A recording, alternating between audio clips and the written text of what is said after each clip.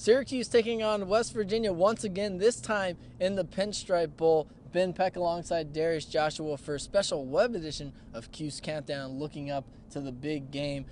Taking a look at how this rivalry has played out the past couple of years. 2 years ago, a really close win on the road for Syracuse, but last year wasn't even close during homecoming. Yeah, Ryan Nassib basically did whatever he wanted against their defense. You know, it was a sellout crowd for the Parents Weekend here at Syracuse, and Ryan Nassib hit Nick Provo for 3 consecutive touchdowns. He had 4 in the day. Geno Smith was smothered all day by the defense, especially first-round draft pick Chandler Jones. It was a really overall great win for Syracuse. You have to think that they helped his stock a little bit. But taking a look at some of the standouts from that game, Geno Smith did go over 300 yards, 2 touchdowns, 2 interceptions, although, again, they were trailing for most of that game, so that might be a little misleading. But the big star of the day for Syracuse offensively was actually Antoine Bailey, 125 yards on the ground. Obviously, he's not back this year, but Jerome Smith and Prince Tyson Gully together have stepped up as a unit collectively. Yeah, exactly. No Antoine Bailey, no Nick Provo for Syracuse, but they definitely have replaced those guys as well with Jerome Smith and Prince Tyson Gully, and also with Alec Lemon stepping up this season, and with Marcus Sales being back for once.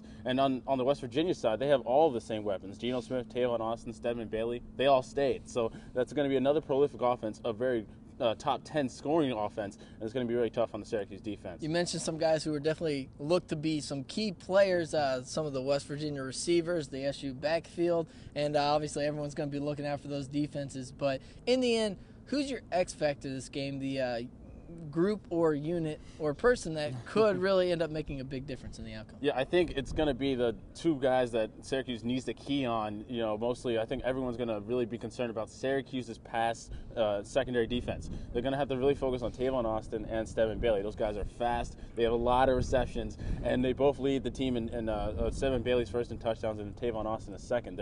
They're Geno Smith's number 1 and number 2 targets, and Syracuse is going to have to key in on those one-on-one matchups and make sure they don't get beat deep. Over 20 touchdowns on the year for Stedman Bailey. Quite a year he's had. But in the end, it's the Schwartzwalder Trophy not on the line in this one, but does Syracuse make it 3 over West Virginia in a row anyway? Yeah, I think they do. It's going to come down to some key mistakes by West Virginia. You know, throughout the season, some games they've lost to Big 12 opponents has been because they missed extra points, not converted on 2-point conversions, and I think it's going to be a shootout that Syracuse wins 45-42, and I think it's just they're going to bring home another Pinstripe Bowl. A Ross Krautman field goal to win it at the end, perhaps. But unfortunately, that's all the time we have here on Cuse Countdown. Ben Peck alongside Darius Joshua. Be sure to keep coming back to the sports blog at sportsblog.citrustv.net for all the coverage leading up to the big game. And check us out on Twitter at Citrus TV Sports for all the in-game updates.